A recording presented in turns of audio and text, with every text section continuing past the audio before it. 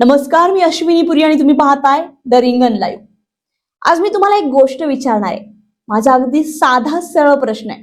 तुमच्या घरातलं मूल जर वर्षानुवर्ष अभ्यास करत असेल, सकाळपासून रात्रीपर्यंत डोळे फोडून मेहनत करत असेल, मोबाईल बाजूला ठेवून, मित्र सोडून, सगळ्या गोष्टींचा त्याग करून फक्त एकच स्वप्न बघत असेल, आपण डॉक्टर व्हायचं, अधिकारी व्हायचं, आयुष्यात काहीतरी बनायचं, आणि त्या मुलानं प्रचंड अभ्यास करून जरी ती परीक्षा दिली आणि नंतर त्याला कळतं की परीक्षाचा पेपर हा आधीच फुटला होता, तर त्या मुलाच्या मनात काय चालत असेल, त्या आई वडिलांवर नक्की काय बितत असेल, हा विचार करा. कारण आज देशात नेमकं हेच चाललंय. आणि म्हणूनच आजचा विषय फक्त परीक्षा नाहीये, हा विश्वासाचा प्रश्न आहे, हा न्यायाचा प्रश्न आहे, आणि मी सरळ सांगतेय, हा देशाच्या भविष्याचा प्रश्न आहे. आज देशातल्या तरुणाची सगळ्यात मोठी ताकद काय माहितीये? त्याची प्रामाणिक मेहनत.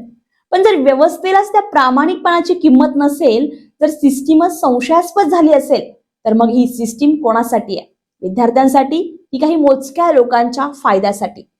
कारण आज आपण जे पाहतोय ते खूप भयानक आहे. नीट परीक्षा असो, एमपीएससी असो, तलाठी परीक्षा असो, तलाठी भरती असो, आरोग्य भरती असो, टीईटी असो, प्रत्येक ठिकाणी एकच गोष्ट आहे, ती म्हणजे पेपर फुटी, गोंधळ, चौकशी, आणि मग काही दिवसात पुन्हा शांतता. आणि हाच पॅटर्न झालाय. पण हाच पॅटर्न आता विद्यार्थ्यांचा विश्वास संपवण्याच्या मार्गावर आहे. आता आपण नीटचं उदाहरण घेऊया. नीट परीक्षेसाठी लाखो विद्यार्थी बसतात, 2-2 वर्ष तयारी करतात, आईबाप कर्ज काढतात, कोचिंगला लाखो रुपये जातात, आणि एक पेपर फुटतो, निकालावर प्रश्न येतो, आणि मग हे सरकार काय सांगतं? चौकशी सुरू आहे. मला तुम्हाला हे विचारायचंय, चौकशीने त्या मुलाचं गेलेलं वर्ष परत येणार आहे का? त्याचा मानसिक ताण, त्याचा आत्मविश्वास, त्याच्या आयुष्याचा गेलेला वेळ कोण भरून काढणार आहे? कोणीच नाही. म्हणजे चूक कोणाची आहे? सिस्टीमची. आणि शिक्षा कोणाला? विद्यार्थ्याला. तर हे चालणार आहे का? पण तुम्हाला माहितीये का, खरं तर ही गोष्ट आजची नाहीये. त्यासाठी आपण थोडं मागे वळून पाहूया. त्यासाठी जुना इतिहास बघा. 2013चा व्यापम घोटाळा माहितीये ना? मध्य प्रदेशामध्ये परीक्षा म्हणजे थेट पैशांचा बाजार झालेला होता. सीट विकल्या गेल्या, नावं बदलली गेली, रॅकेट चाललं, लोकांचे जीव गेले, तपास झाला, संपूर्ण देश हादरला. पण त्यानंतर काय झालं? सिस्टम सुधारली का? तर नाही. उलट हे सगळं वेगवेगळ्या राज्यामध्ये वेगवेगळ्या स्वरूपामध्ये सुरूच राहिलं. त्यानंतर महाराष्ट्रात बघा, 2017 ते 2019 दरम्यान महापरीक्षा पोर्टलचा खेळ झाला. सरकारी भरती खासगी कंपन्यांकडे दिली. 2-3 लोकांच्या निर्णयावर हजारो विद्यार्थ्यांचं भविष्य टांगलं. आणि मग काय? भ्रष्टाचार, गोंधळ, संताप. विद्यार्थ्यांनी अगदी रस्त्यावर उतरून आंदोलन केलं. त्यावेळी बच्चू कडूंनी आवाज उठवला. तेव्हा कुठे ते पोर्टल बंद झालं. म्हणजे काय? सरकार स्वतःहून सुधरत नाही, तर त्याच्यावर दबाव आला की मग ते हलतं, मग ते सुधारतं. पण त्यानंतर सुद्धा पुन्हा तेच. टीसीएस, आयबीपीएस सारख्या कंपन्यांना परीक्षा दिल्या, आणि मग पुन्हा त्याच कंपन्यांवर आरोप झाले. तलाठी भरतीमध्ये घोटाळा न्यायालयामध्ये सिद्ध होतो, आरोग्य भरतीवर प्रश्न येतो, टीईटी पेपर फुटतो. अरे किती वेळा हे होणार आहे? आणि प्रत्येक वेळी एकच उत्तर असतं, तपास सुरू आहे, कारवाई होईल.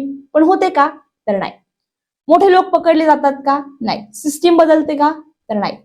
आता आणखी एक महत्वाचा मुद्दा, विद्यार्थ्यांच्या मनातला सगळ्यात मोठा प्रश्न आहे की जर एखादा विद्यार्थी एमपीएससी मधून क्लास 1 अधिकारी होऊ शकतो, तर तोच विद्यार्थी सरळ सेवेमध्ये गट क पदासाठी नापास कसा होतो?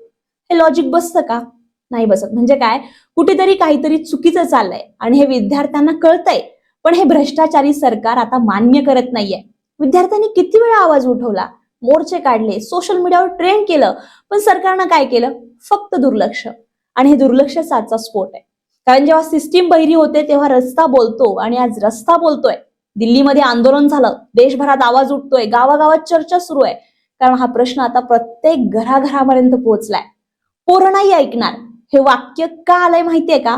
कारण पोरांचा आता विश्वास तुटलाय, आणि एकदा विश्वास तुटला ना, तर तो परत मिळवणं खूप कठीण असतं. आणि त्यामुळे आजचा तरुण प्रश्न विचारतोय, जर निकाल आधीच ठरलेला असेल तर मी अभ्यास का करावा? आणि विद्यार्थ्यांचा हा प्रश्न खूप धोकादायक आहे. कारण जर मेहनतीवरच विश्वास उरला नाही, तर सिस्टीम पूर्ण कोसळते. त्यामुळे मला या सरकारला सांगायचं आहे की फक्त समित्या बसवून काही होणार नाहीये, प्रेस कॉन्फरन्स घेऊन काही होणार नाहीये. आता खरं तर ऍक्शन पाहिजे, आणि तेही कडक. दोषींना थेट जेलमध्ये टाका ना. कोणताही मोठा असो किंवा लहान, परीक्षा प्रक्रिया पूर्ण पारदर्शक करा. पेपर फुटी थांबवण्यासाठी मजबूत सिस्टीम आणा. खाजगी कंपन्यांचा खेळ बंद करा किंवा कडक नियंत्रण ठेवा. आणि सर्वात महत्वाचं, विद्यार्थ्यांचा विश्वास परत मिळवा. कारण जर हे केलं नाही तर पुढे तुमचं काय होणार आहे हे मला वेगळं सांगायला लावू नका. जर तुम्ही विद्यार्थ्यांचा विश्वास परत मिळवला नाही तर एक संपूर्ण पिढी तुमच्या सिस्टीमवर विश्वास ठेवणं बंद करेल. आणि सर्वांना माहिती आहे किंवा माहीत असावं, जेव्हा तरुणाचा विश्वास तुटतो तेव्हा देशाचं भवितव्य धोक्यात येतं. त्यामुळे हा फक्त विद्यार्थ्यांचा प्रश्न नाहीये. उद्या डॉक्टर, अधिकारी, इंजिनियर सगळे याच सिस्टीम मधून येणार आहे. त्यामुळे जर ही सिस्टीमच चुकीची असेल तर परिणाम सगळ्यांवर होणार आहे. त्यामुळे आज वेळ आलेली आहे निर्णयाची. त्यामुळे सरकारने ठरवायचंय, विद्यार्थ्यांसोबत उभं राहायचंय की सिस्टीम मधल्या चुका झाकायच्यात. कारण आता लोक सगळं पाहतायत, समजतायत. त्यामुळे तुम्ही चुका जेवढ्या झाकाल तेवढ्या उघड्या पडणार आहेत. त्यामुळे शेवटी एकच सांगते, ही फक्त पेपरफुटी नाही, ही शिक्षण व्यवस्थेची उघडी पडलेली लाज आहे. आणि याला जबाबदार कोण आहे? सरकार आणि त्याची निष्क्रिय सिस्टीम. आणि हो, विद्यार्थ्यांची मागणी खूप साधी आहे. प्रामाणिक परीक्षा घ्या, न्याय द्या, दोषींना शिक्षा द्या, एवढंच. पण जर एवढं सुद्धा देऊ शकत नसाल तर मग तयार राहा. कारण हे 21व्या शतकातील पोरं आहे आणि ही पोरं आता ऐकणार नाहीयेत. त्यामुळे जेव्हा हे पोरं ऐकत नाही ना तेव्हा परिस्थिती बदलते. म्हणून अजूनही वेळ गेली नाहीये.